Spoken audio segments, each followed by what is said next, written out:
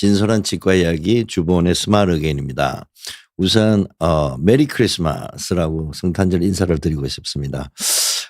성탄절이 되면 우리는 항상 이렇게 들떠있는 마음이었는데 요즘 오면 길거리에 캐롤송이 전혀 안 들려요. 그래서 왜 안 들리나라고 이렇게 좀 나름이 찾아봤더니 저작권 문제 때문에 그렇다 그러고요.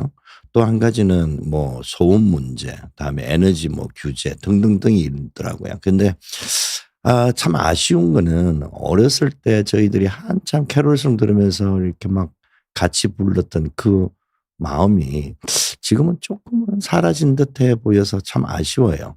그래서 이런 문제들을 우리 저작권 협회 다음에 예를 들자면 뭐 구청이나 시 되는 지자체 정도에서 서로 협의를 보고 명동 같은 데는 사실 우리나라 사람들도 많이 가지만 해외 어떤 그 뭐죠 관광객들이 많이 오는 부분들은 캐롤송을 좀 틀 수 있는 이런 어떤 조처가 있었으면 어떨까라는 생각이 듭니다. 그래서 시청 앞에 크리스마스 트리를 너무 멋지게 만들어 놨더라고요. 그래서 지금 여기 보시면 저 사진에다가 모자를 이렇게 씌웠는데요. 사실 저는 오늘 올 때 산타 모자를 쓰고 방송을 하려고 했더니 저희 집 사람이 급구만류를 하더라고요. 진솔한 얘기를 진지하게 하라고.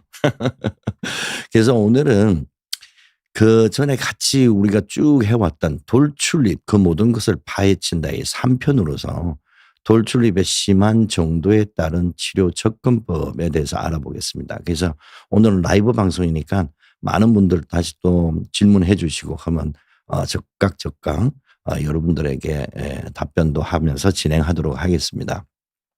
돌출입이라는 것은 치아 그리고 치아를 감싸고 있는 잇몸뼈가 이렇게 나와 있는 상태이죠. 그러다 보니까 이제 안모 얼굴에서 보면 둥글한 상태 되고 입술은 튀어나오고 그러다 보니까 무턱이다 아니면 코가 낮아 보인다라는 거 그런 게 이제 큰 문제인데 저는 이제 돌출입 환자들을 이렇게 보면서 가장 이렇게 아쉬웠던 부분들은 입술을 다물기 어려우니까 항상 입 주위의 근육들이 항상 긴장돼 있죠. 그러다 보니까 표정이 마치 화난 것처럼 그리고 대인관계에서 부정적인 부분을 이렇게 많이 줄 수 있다는 게 큰 문제인 것 같아요. 그래서 교정치료만으로서도 충분히 안무의 변화를 취할 수가 있으니까 여러분들 한번 치료를 만약에 돌출입이 가진 분들이라면 한 번쯤은 고려해 보시는 거 좋을 것 같고 돌출입을 치료하게 되면 가장 큰 변화는 여성분들한테는 심미적인 변화인데 우리 중장년층에 있어 가지고는 심미적인 어떤 개선뿐만 아니라 다음에 치아를 감싸고 있는 치주 조직, 잇몸 조직의 건강을 더욱더 도모할 수 있기 때문에 더 오랫동안 더 건강한 치아를 우리가 보존하는 데 큰 방법이 도움이 될 것 같다라는 생각이 듭니다. 우리 또 벌써 그리고 또 한 가지 자주 나오는 질문이 시기, 나이 이런 얘기를 합니다. 그래서 뭐 우리도 흔히 얘기하는 나이는 숫자에 불과하다. 근데 이제 돌출입을 가지신 분들이 잇몸뼈가 치주 건강과 잇몸뼈만 괜찮다면 충분히 치료를 감당해낼 수 있습니다. 그래서 본인의 상태가 돌출이다 그러면 나이는 뒷전에 두시고 한 번쯤은 전문가 상담을 받으시면서 치주 조직의 건강에 따라서 어떤 치료가 가능한지 한 번쯤은 결정해 보시는 게 좋을 것 같고요. 벌써 우리 질문들이 많이 들어옵니다. 그래서 크리얼 캐스티 7i가요. 이분이 질문을 주셨는데 교정 상담을 받았는데 한 곳은 발치 교정만 된다 하고 다른 곳은 수술 얘기를 하셔서 너무 혼란스러워요. 맞아요.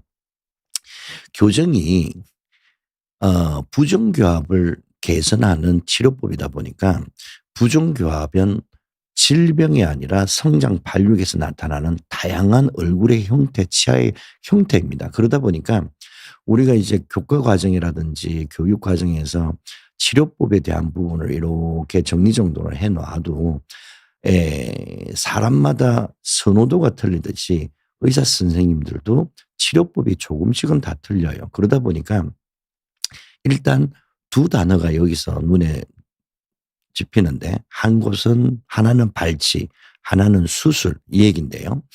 발치라는 얘기는 어떤 얘기 거꾸로 이제 유출을 하다면 발치는 공간이 많이 부족하다. 뭔가를 개선을 크게 해야 될 것 같다. 그러면서도 수술 얘기가 나온다는 얘기는 위턱하고 아래턱의 부조화가 웬만큼 크다는 얘기가 아마 그 얘기에서 나오는 것 같아요. 근데 맞아요. 우리가 치료 목표를 설정을 할 때 우리가 흔히 얘기하는 최상의 그죠? 베스트 그다음에 이상적인 아이디얼 이 두 가지가 항상 우리 의학에서는 목표하는 극단의 치료의 목표가 될 거예요. 하지만 많은 사람들이 이 베스트 치료 결과를 가지기 위해서 너무나도 많은 투자를 요하고 너무나도 과한 치료, 감당하기 어려운 무언가가 이렇게 요구될 때는 이 목표 달성이 과연 정당성이 있는가? 아니면 그러면 베스트와 아이디얼 말고 저는 항상 어떤 얘기를 하냐면 베스트 대비 최적화, 옵티마이즈 돼 있는 치료 결과는 무엇인가? 그죠? 그래서 항상 말씀을 드리죠. 비포 애프터 비교하면 애프터는 무조건 비포보다 개선이 되어야지 치료의 효과라고 저희들이 말씀을 드릴 수 있죠. 하지만 이 베스트가 그러니까 치료 결과 리절트 결과가 이게 베스트의 치료 결과인지 아니면은 컴프로마이저 절충이 된 치료 결과인지는 환경에 따라서 그 환자분이 가지고 있는 특징과 한계 그리고 하지 않았으면 좋겠다는 어떤 이 한계가 결정되기 때문에 예를 들자면 제가 만약에 아래턱이 이렇게 큰 사람이에요. 근데 좀 크긴 한데 뭐 우리 슈퍼맨처럼 이렇게 턱이 강해서 난 괜찮아. 그런 사람들은 굳이 수술할 필요가 없겠죠. 턱이 좀 작아도 마찬가지고요.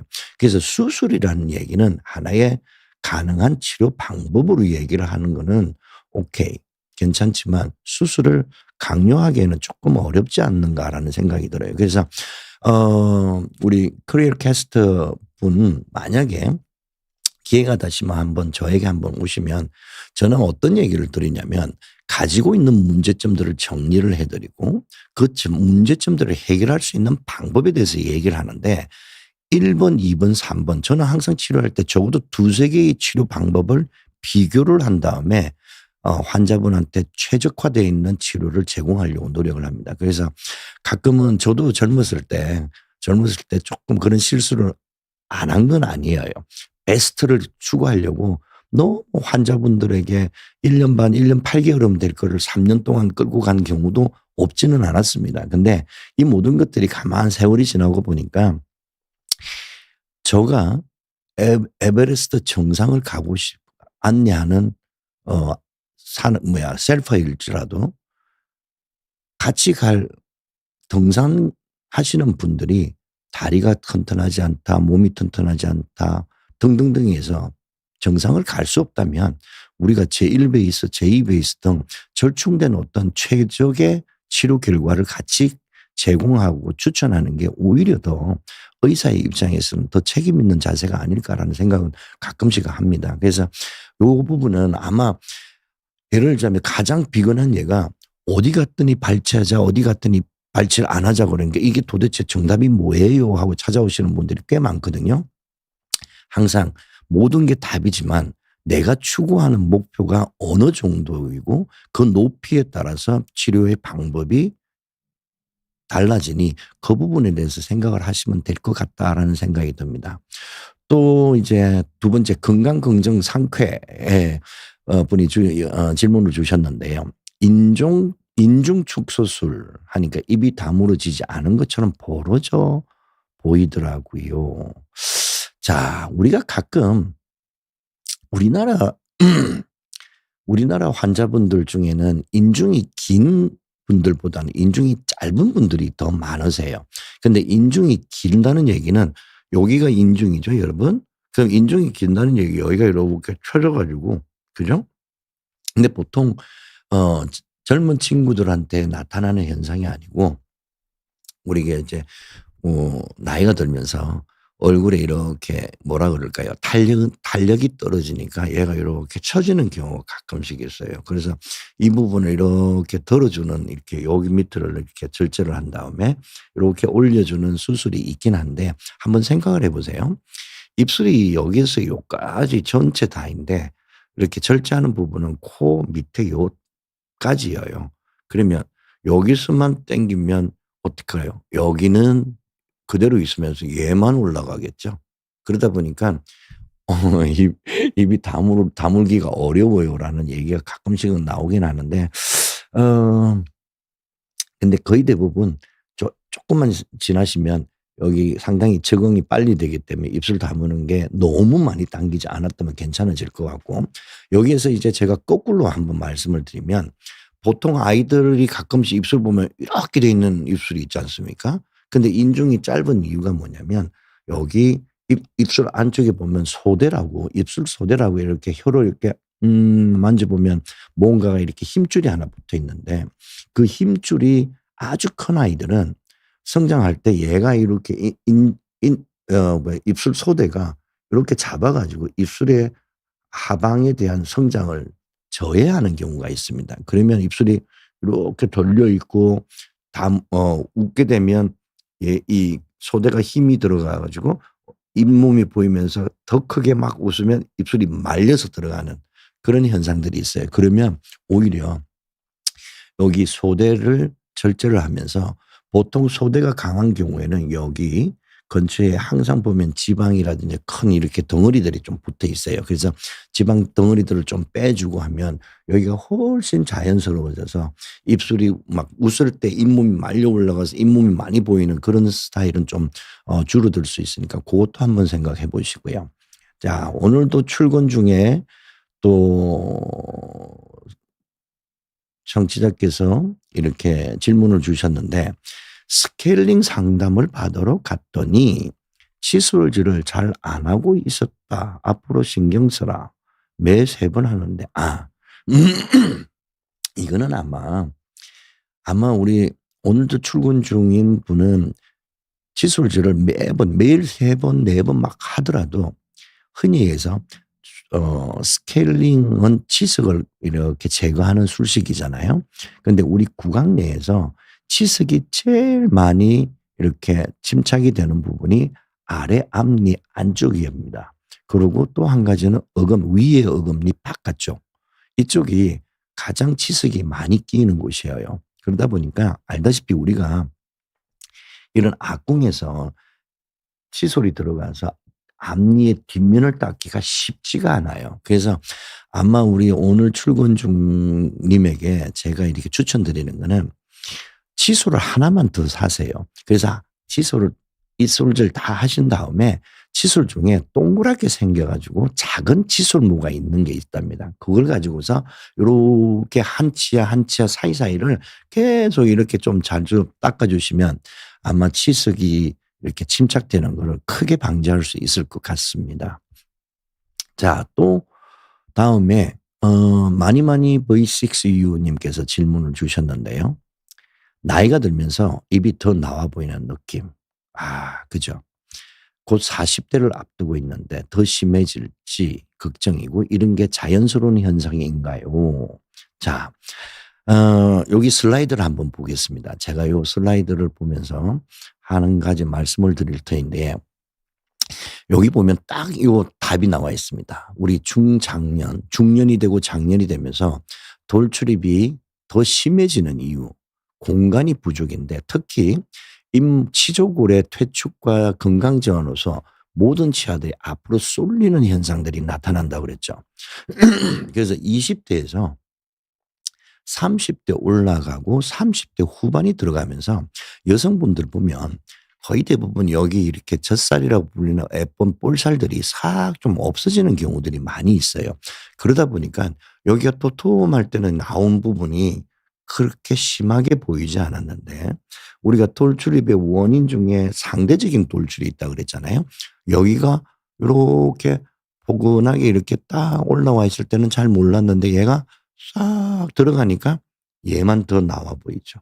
그러니까 30대에서 40대 올라가시는 분들의 돌출의 어떤 느낌은 아마 이런 부분 때문에 더 심해지는 것 같고, 두 번째는 40대에서 50대, 그다음에 50대에서 60대로 진입하면서 여러분들이 돌출은 여기 치아에 보이는 거 있잖아요. 이게 만약에 40대라면 50대 되고 60대 되면 이 송곳니와 이쪽 뒤에 있는 치아들이 앞으로 더 쏠리면서 여기 공간이 점점 줄어드는 거예요. 그러니까 작은 치아가 있는 아래 앞니 같은 경우, 이 같은 경우는 아예 그냥 뒤에 있던 아이들이 쑥 없어지고 앞에 이렇게 벌어져 있던 부분이 쏙 붙어버리고 또 이렇게 완전히 겹쳐지는 경우가 가끔씩 50대, 60대에서 가끔은 많이 봅니다. 그러면 이제 항상 이렇게 환자분들께서 옛날에는 안 그랬는데 시간이 지나면서 어떻게 나이 들면서 이게 점점 심해지네요 라고 얘기하죠. 그래서 마니님 40대 지금 앞두고 있다고 그랬잖아요. 한번 정비를 하십시오. 그래서 일단은 지난 20년 동안 예쁜 얼굴로 사셨잖아요. 그러면 이제는 더 돌출이 보일 거예요. 그러면 돌출에 대한 부분을 한 번쯤은 우리가 안으로 넣어주는 교정을 하게 되면 훨씬 더 향후 20 동안 얼굴이 더 이렇게 빠지고 입이 더 나오는 현상들이 훨씬 더 없어지고 다음에 예방되고 그러면서도 훨씬 더 얼굴이 보기 좋아지지 않을까라는 생각이 듭니다. 그래서 보통은 우리가 돌출입 교정을 할 때 돌출이 어느 정도냐에 따라서 발치, 비발치로 나눠집니다. 결국은 우리가 필요한 공간, 치아를 배열하는 데 공간이 필요하고요. 그다음에 돌출된 치아를 뒤로 후방으로 이렇게 견인하는 데 공간이 필요하죠. 이 공간의 총합이 과연 얼마만큼 필요한가에 대해서 발치, 비발치가 나눠진다고 생각하시면 될 것 같고요. 이전 한 20년만 해도 죄송합니다. 20년만 해도 교정치료에서 발치가 차지하는 분포는 70% 정도 아주 거의 대부분이었어요. 근데 요즘 테크닉이 개발되고 치료법이 개발되면서 훨씬 발치의 발치의 이 분포도가 많이 줄어듭니다. 그래서 아마 나이 들면서 입이 더 나와 보인다는 느끼는 마니님 같은 경우는 비발치로도 충분히 가능할 듯 보입니다.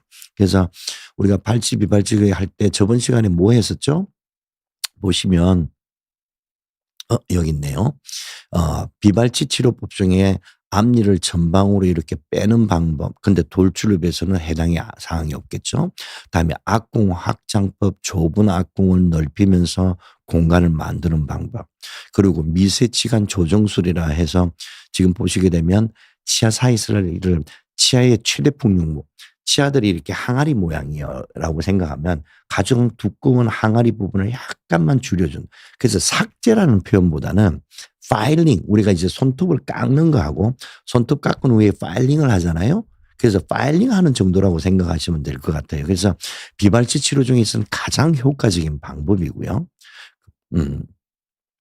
그리고 이제는 컴퓨터 시뮬레이션을 통해 가지고 우리가 얼마만큼의 공간이 필요한지를 우리가 공간이 필요한 양과 그 위치와 시기를 미리 예측을 할 수 있기 때문에 보다 정확한 방법입니다. 그래서 저번 시간에 잠깐 보여드렸는데 많은 분들이 치아를 삭제하면 막 시리지 않을까요?라고 이제 많이 이렇게 우려들을 하시는데 그 정도 깎는 거 아니에요. 여러분들이 치과에서 충치 받은 것처럼 그렇게 깎는 게 아니에요. 지금 치아의 구조를 보면 안에 신경이 있는 치수, 그다음에 그걸 감싸고 있는 상아질, 그 외에 가장 외측에 감싸고 있는 에나멜, 범랑질이 있는데 지금 여기 원광대학에서 옛날에 2000년도에 20년 전에 에나멜을 두께에 대해서 연구를 한 게 있어요. 그러면 평균 우리가 얇은데 이런 부분들은 0.6에서 0.8mm 나오고요. 그다음에 가장 최대 풍용부는 1에서 1.4mm 정도 두께가 나오고 오히려 여기 교환면 쪽은 1.5mm에서 6mm까지도 공간이 에나멜의 두께가 있답니다. 그러면 저희들이 미세치간 조정술이라는 거는 그 에나멜 두께의 4분의 1 이하, 그래서 한 면당 치아의 한 면당 두 개면 한 면당 0.25mm를 이렇게 조절을 하고 그래서 한 치아당 두 개 면이 있으니까 11군데를 하게 되면 5.5mm예요. 그래서 제가 사실 투명 교정을 시작하고 진행하면서 비발치의 치료 영역을 엄청 넓혔다는 데는 상당히 이렇게 기여한 바가 많은데 지금 다음 슬라이드를 한번 보시면요. 환자분들이 상당히 이렇게 오면 치아를 깎는 거 아니야 하고 막 이렇게 막 불안에 떠세요. 근데 지금 요 슬라이드 한번 보시면요. 지금 이렇게 물이 나오는 칙과 도구로서 이렇게 하는데 제 손 보면 힘이 하나도 안 들어가 있죠. 다음에 환자분들의 입 주위 근육에 긴장도가 하나도 없죠. 그냥 물 나오는데 이 도구를 가지고 설설설설 긁어주는 거예요. 긁어주면 요렇게 치아 사이에 이렇게 타이트하게 붙어 있는 아이들 부분만 살짝 제거가 된답니다. 그런 다음에 여기를 또 부드러운 도구로서 한 번 더 이렇게 진행하고 그다음에 여기 보시면 이렇게 마치 톱처럼 생겼는데 이렇게 앞뒤로 움직이는 톱인데 뭐 전혀 이렇게 양면에 광택 내게끔만 돼 있지 이렇게 갈아내는 톱이 아니에요. 그래서 이런 걸 통해 가지고 치아면을 아주 광택을 내는답니다. 그래서 미세치관 조정술 이후에 많은 어머님들이 걱정하셨던 게 충치가 생기면 어떡해요? 그죠? 아프면 어떡해? 충치가 생기면 어떡해? 그런 걱정을 아예 안 하셔도 되는 게 완전 대리석처럼 완전 활택을 내기 때문에 음식이 그 사이에 끼면 치실을 하면서 다 빠져나오니까 걱정 안 하셔도 될 것 같습니다. 그래서 우리가 이제 교과서에 교정 교과서에 보면 요 그림이 항상 있어요.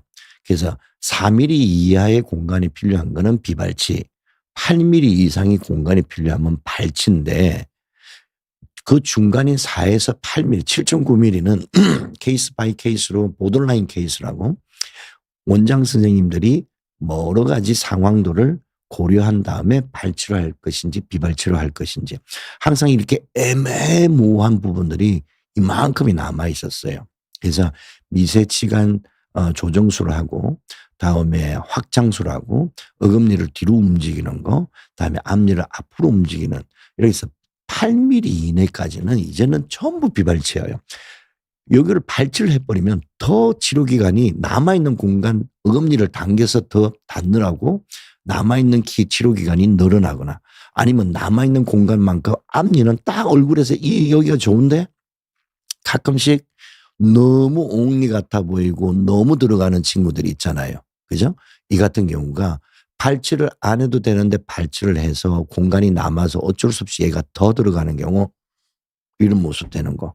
그죠? 그래서 이제는 70%가 비발치로 가능하고 30% 정도가 발치로 필요한 경우다라고 생각하시면 될 것 같습니다. 그래서 마니마니님한테 충분한 답변이 됐을 것 같고요. 그 다음 질문을 보시면 오원성님께서 어릴 때 교정 안 받은 게 후회가 됩니다. 지금도 늦지 않았습니다. 오원성님. 36세인데 그럼요. 지금 제일 좋은 나이입니다. 걱정하지 마십시오. 제가 그랬잖아요. 나이의 숫자는 의미가 없고 지금 학과라고 이렇게 생각이 들면 그때가 최적이라고 생각하시면 됩니다. 이전에 왜 이제 오은성님 같은 분들이 내 나이가 너무 늦은 거 아닌가라고 할 때 이전 20년 30년 전에는 실질적으로 교정장치라는 게 별게 없었고 몇 가지 종류가 없었고 그러면서도 아주 큰 힘만 들어가요. 그러다 보니까 성장기 발육 아동에도만 교정을 해야 된다고 이렇게 선입관이 생긴 것 같습니다.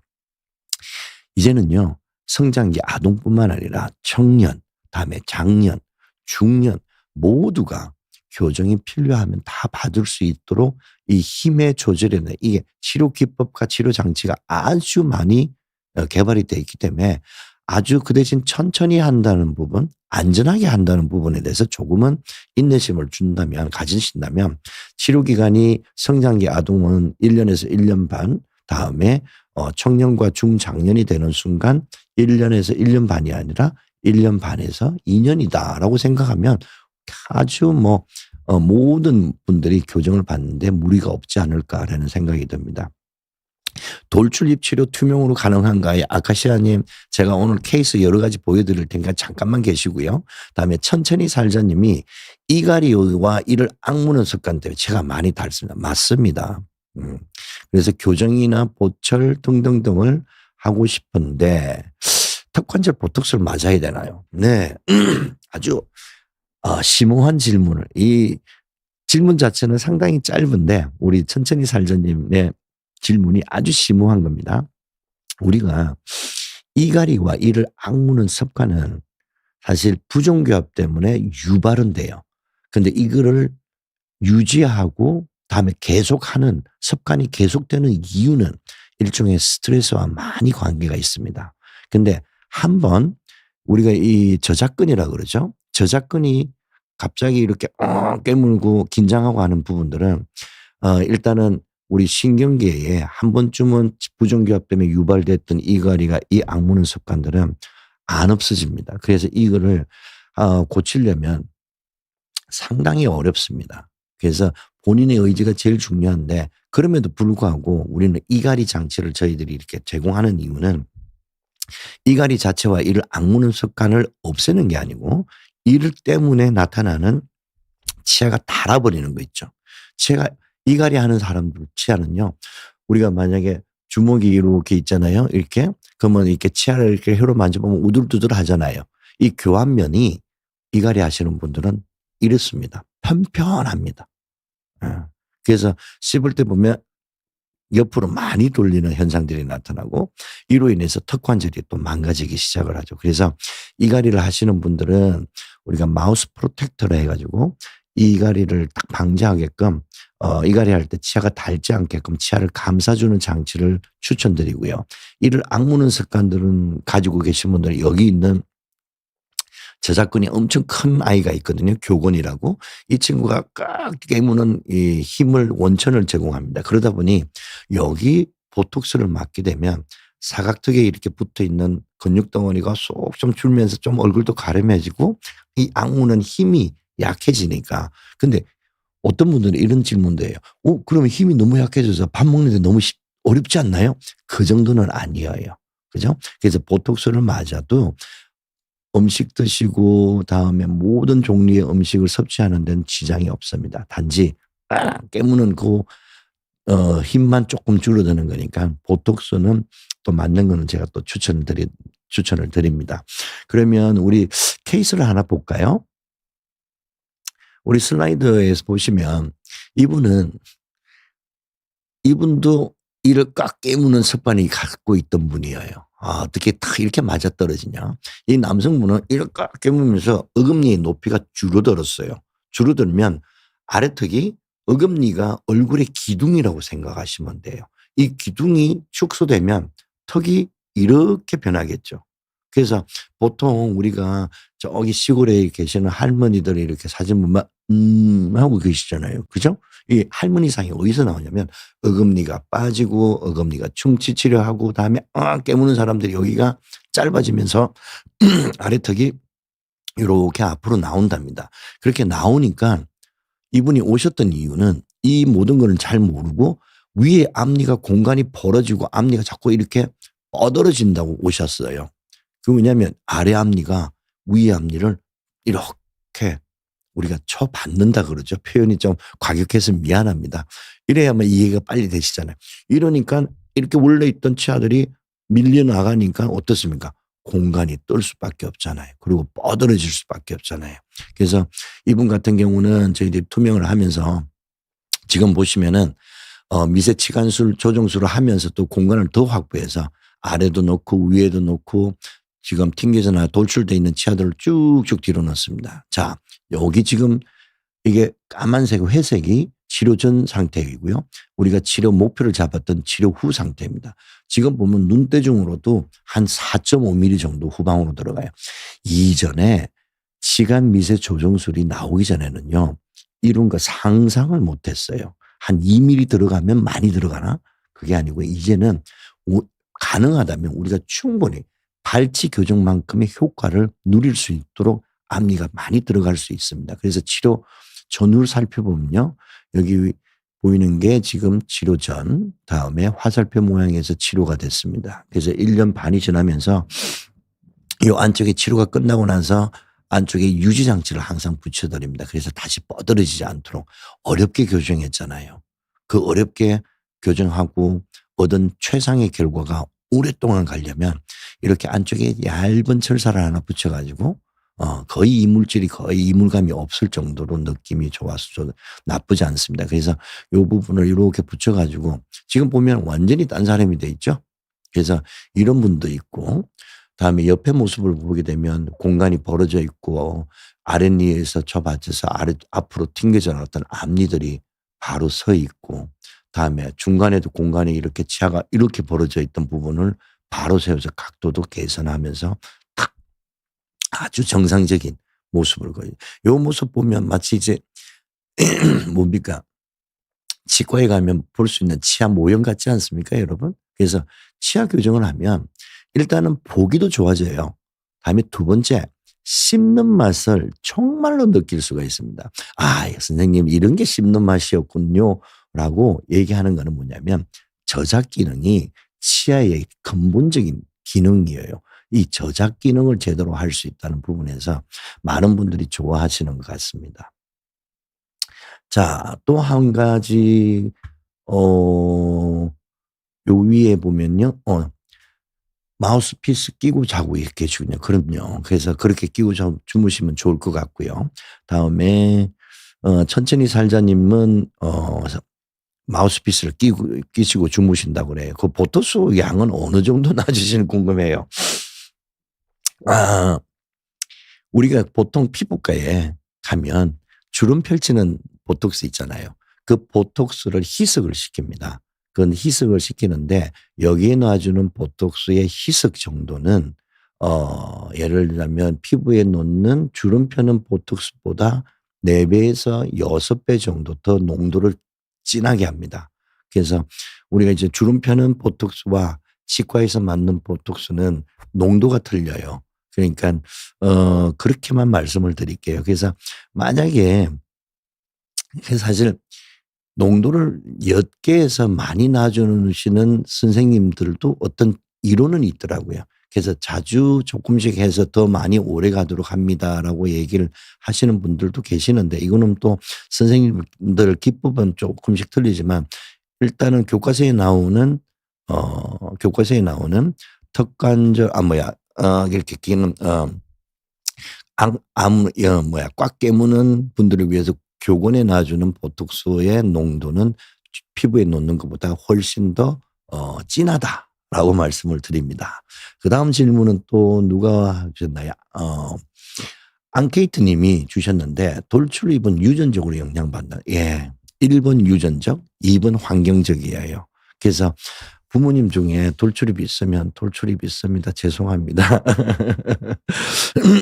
그리고 돌출입의 정도는 유전은 되지만 심한 정도는 또 환경의 어떤 영향을 받아서 감하게 작게 나타날 수도 있고 더 심하게 나타날 수도 있습니다. 그래서 원인은 두 가지 다 영향을 받는다라고 생각하시고요. 커피는 필수 맞습니다. 저도 매일같이 커피는 먹습니다. 이가 많이 약한 아버님이 이갈이가 하고 계십니다. 그다음에 이 사이도 넓고 그죠? 이 사이가 넓어지면요. 우리가 교정 선생님들이 이를 배열할 때 이 사이가 떠 있는 부분을 그렇게 좋아하지 않아요. 왜냐하면 씹었을 때 이 힘 자체가 뿌리를 통해서 뼈를 통해서 힘이 분산이 되는데 치아가 만약에 떨어져 있으면 각자의 그 힘을 받아요. 근데 컨택이 접촉점이 있으면 힘이 그 치아에 들어온 힘이 양옆에 있는 치아들까지 전달이 되고 그 치아들의 뿌리 모든 치아의 뿌리들에 의해서 힘이 전달이 되기 때문에 치아의 건강이 아주 필수적입니다. 그래서 이 사이가 작아지니까 이 사이가 떨 수밖에 없죠. 그래서 사진 같은 이 모양인데 어떤 치료를 받으실까요? 나이는 60대 중반. 이분이 한 50대 중반이었거든요. 그래서 저는 오히려 60대 중반도 충분히 가능하니까 걱정하지 마시고요. 그리고 보통 아버님들이 성격이 또 60대 되면 에이 괜찮아. 에이 이렇게 하시잖아요. 잘 말씀드리고 아버님 좀 더 오랫동안 더 잘 드셔야지 건강을 유지할 수 있습니다라고 말씀드리면 충분히 아버님도 우리 딸 효년에 하면서 치과에 따라오실 것 같아요. 꼭 아버님 모시고 한번 오시기 바랍니다. 쪼꼬딸기 님께서 교정 마치고 천천히 원래대로 돌아가나요? 네, 맞습니다. 자, 일단은 치아는 감싸고 있는 치주 조직, 치주 인대들이 있는데요. 인대라는 게 근육처럼 이렇게 늘면, 아니, 고무줄처럼 이렇게 당기면 늘어납니다. 그래서 교정 직후에 늘어난 인대 때문에 치아가 원래대로 돌아가려는 성질이 반드시 있습니다. 그러다 보니까 앞니 같은 경우는 이렇게 안쪽에 보여드렸던 철사처럼 유지장치를 하고, 저는 또 개인적으로 모든 환자분한테 이것도 주고 또 한 가지는 뺐다 꼈다 하는 거 있어요. 그 대신 뺐다 꼈다 하는 거는 낮에는 끼지 마. 사람 만날 때도 끼지 마. 잘 때만 끼라고 얘기해요. 그러면 이 잘 때만 끼는 것도 한 번쯤 이렇게 탁 우리가 세팅된 이 예쁜 모습을 오랫동안 갖고 가고 싶잖아요. 그러면 처음 교정 치료를 마치고 나서 한 1년 동안은 매일같이 끼라고 그럽니다. 다음에 1년이 지나면 뭐 일주일에 한 반 정도, 다음에 2년이 지나면 일주일에 한 번 정도 끼라고 그럽니다. 그러고 나면 이거 유지장치를 뺐다 꼈다 하는데 그거 유행할 때는 갖고 가지도 말고, 그러면 일주일에 한 번만 껴도 어디 도망가지를 않아요. 그대로 유지돼요. 그래서 한 5년, 6년이 지나도 그렇게 만들어준 딱딱한 유지장치가 쑥 하고 들어가는 이유는 그대로 유지가 잘 되고 있다는 거죠. 그래서 교정 직후는 치아들이 돌아갈 우려가 있기 때문에 유지장치를 반드시 잘 끼야 되고, 교정이 마치고 2, 3년이 지나고 나면 교정 효과 때문에 다시 돌아가려는 성질은 없어지는데, 우리가 나이가 들어가면서 치주 조직들의 변화가 있으면 저장력에 대한 치아와 뿌리의 관계, 힘의 역학관계가 틀려지면서 조금은 변해가잖아요. 이 변해가는 거를 유지장치가 예방해 준답니다. 그래서 저는 항상 환자분들한테 뭐라고 말씀드리냐면, 1번, 유지장치는 교정 직후에는 유지장치 목적이 있어요.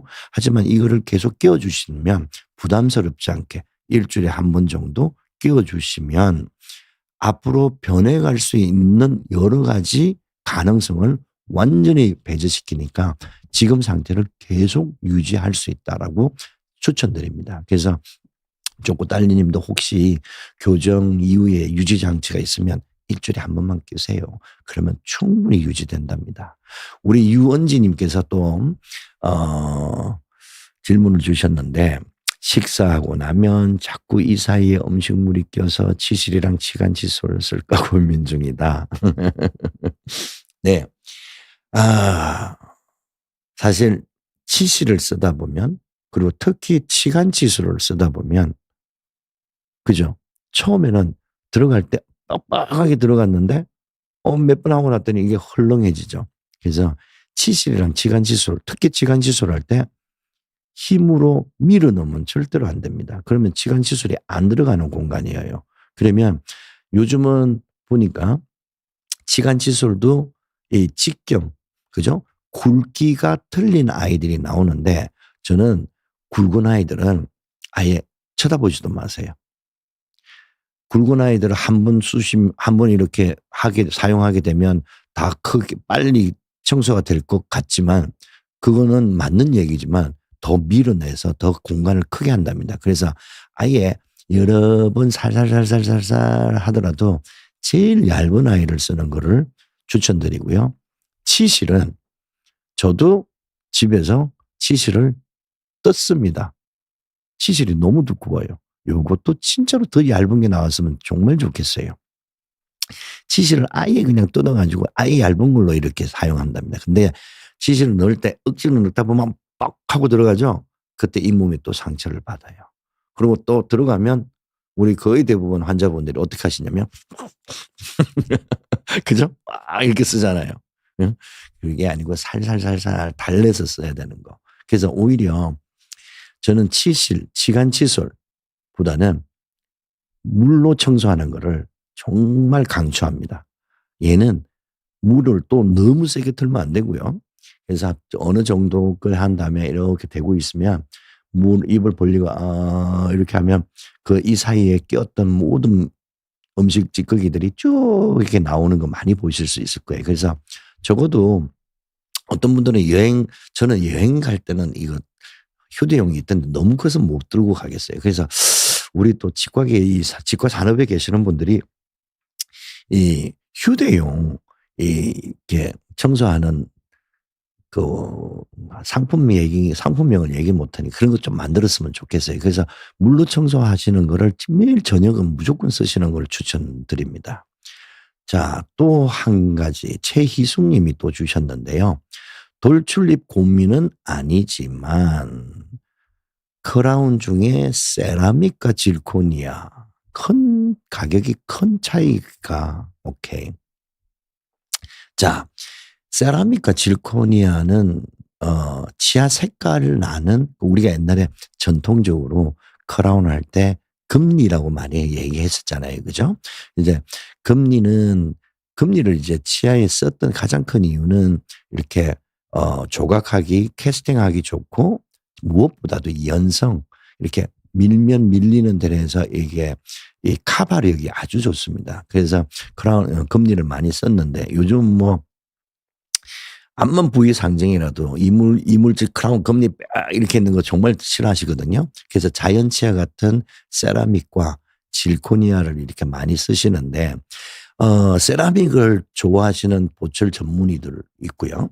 질코니아를 좋아하는 보철 전문의 두 부류의 선생님들이 있습니다. 두 가지 다 옳습니다. 틀린 말은 아니에요. 왜냐하면 세라믹은 흔히 얘기해서 색깔을 낼 때 왜 우리 치아 색깔을 보면 아이보리 그죠? 한 가지 색깔이 아니에요. 채도가 다 틀리기 때문에 앞니 보철을 정말 심미적으로 잘하시는 분들은 질코니아를 쓰지를 못해요. 왜? 질코니아는 한 가지 색깔밖에 안 나오거든요. 그래서 요즘 보면 연예인들 보면 뭐죠? 하얀색 타일을 붙인 듯하게 빠바바바박 있는 거 있잖아요. 그래서 저는 그거 보고 있을 때마다 저게 왜 저게 왜 저런 식으로 해야 될까라는 생각은 가끔 있어요.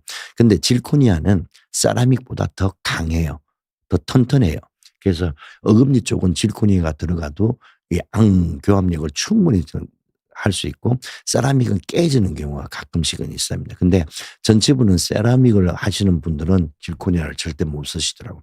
그 색깔과 이 표현력이 완전히 틀리대요. 그래서 두 가지는 다 있는데 가격은 거의 비슷한 걸로 제가 알고 있습니다. 그 대신 이제 질코니아를 빨리 즉시 뭐 며칠 안 돼서 원데이 뭐 이런 식으로 하게 되면 밀링 머신을 그 안에 부착하다 보니까 그런 가격이 조금 추가돼서 더 비싸지지 않을까라는 생각을 가지고 있습니다.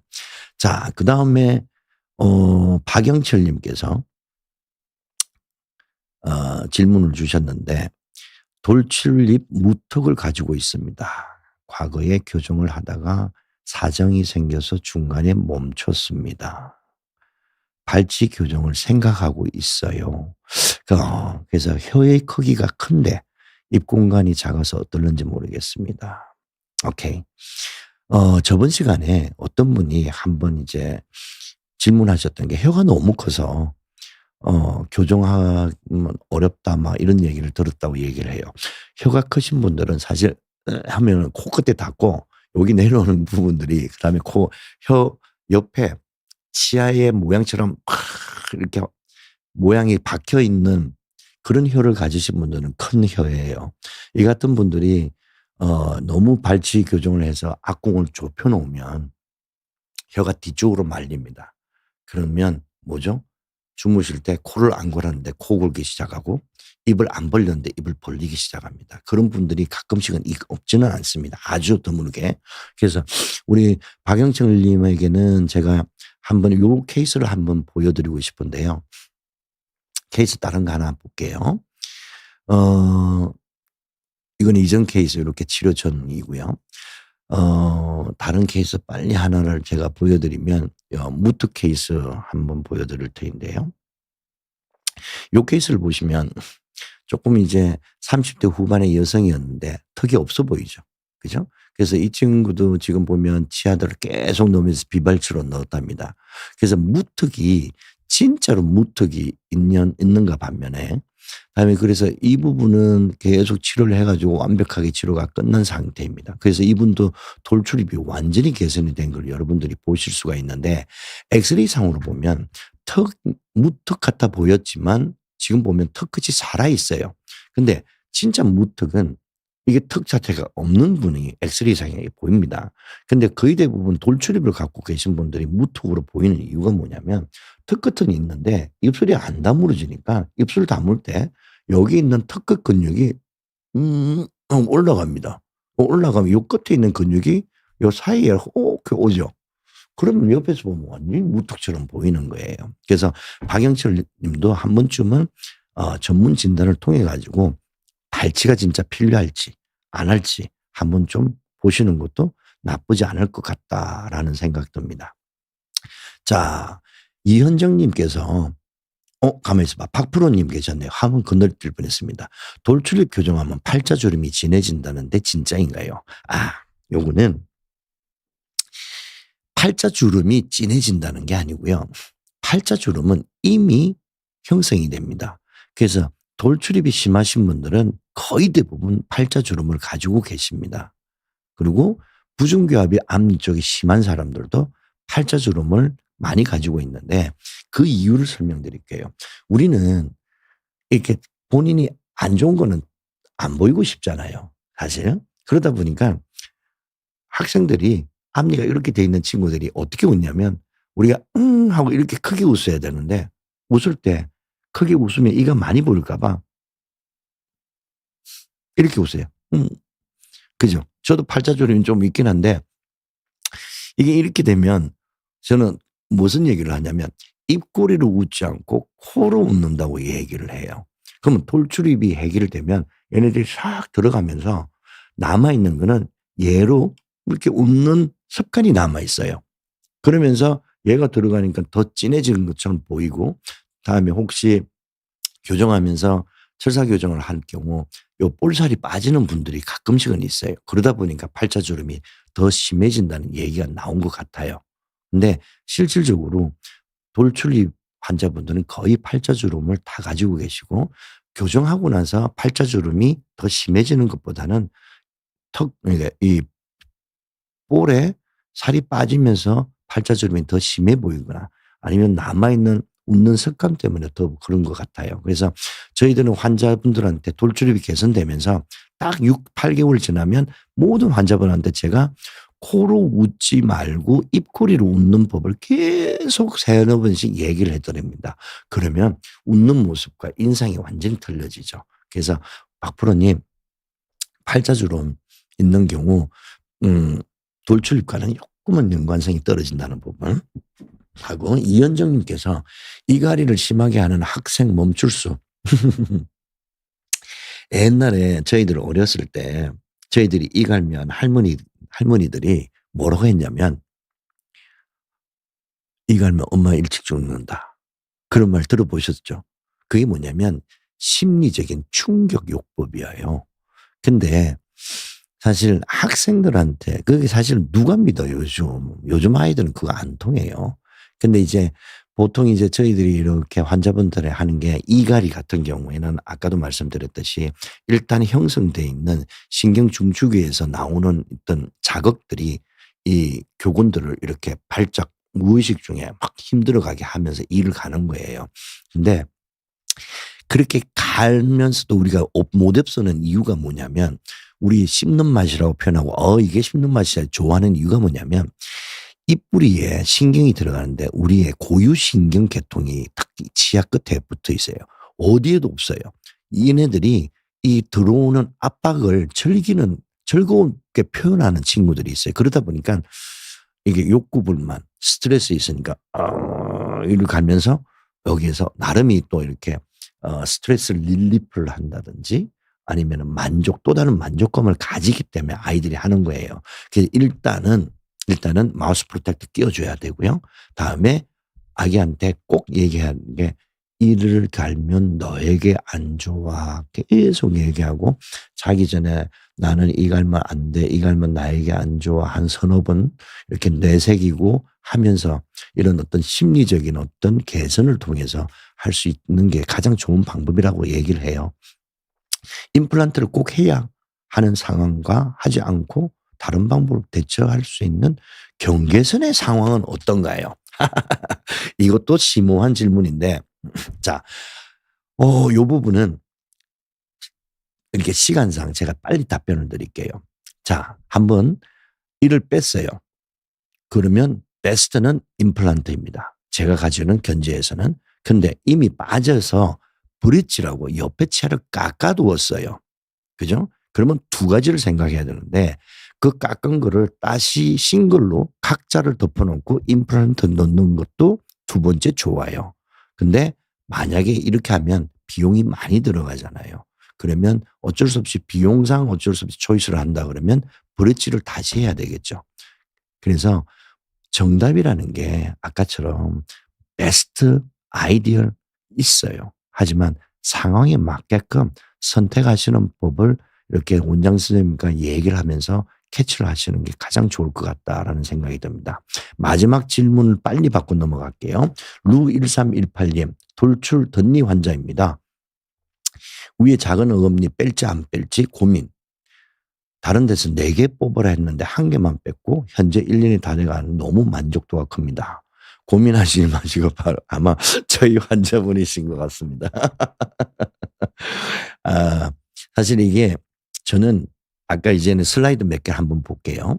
슬라이드를 보면서 이제 이전에 이제 환자분 사진이기도 한데 여기 지금 보시면 이분 같은 경우도 웃을 때 뒤에 이거 하나도 안 보이고 앞니밖에 안 보이죠. 임플란트가 있어서 안 된다고 생각하셨던 분인데 이분도 오셔가지고 교정을 받으면서 치아 바로 배열되고 들어가 있던 치아도 바로 이렇게 가는데 치아를 빼지 않고 가능한데 혹시나 치간 삭제술로 인해 가지고 충분한 공간을 얻지를 못하고 치아는 더 많이 놓고 싶고 옛날에는 치아를 무조건 쌍으로 그죠? 짝수로 뽑아야 돼요.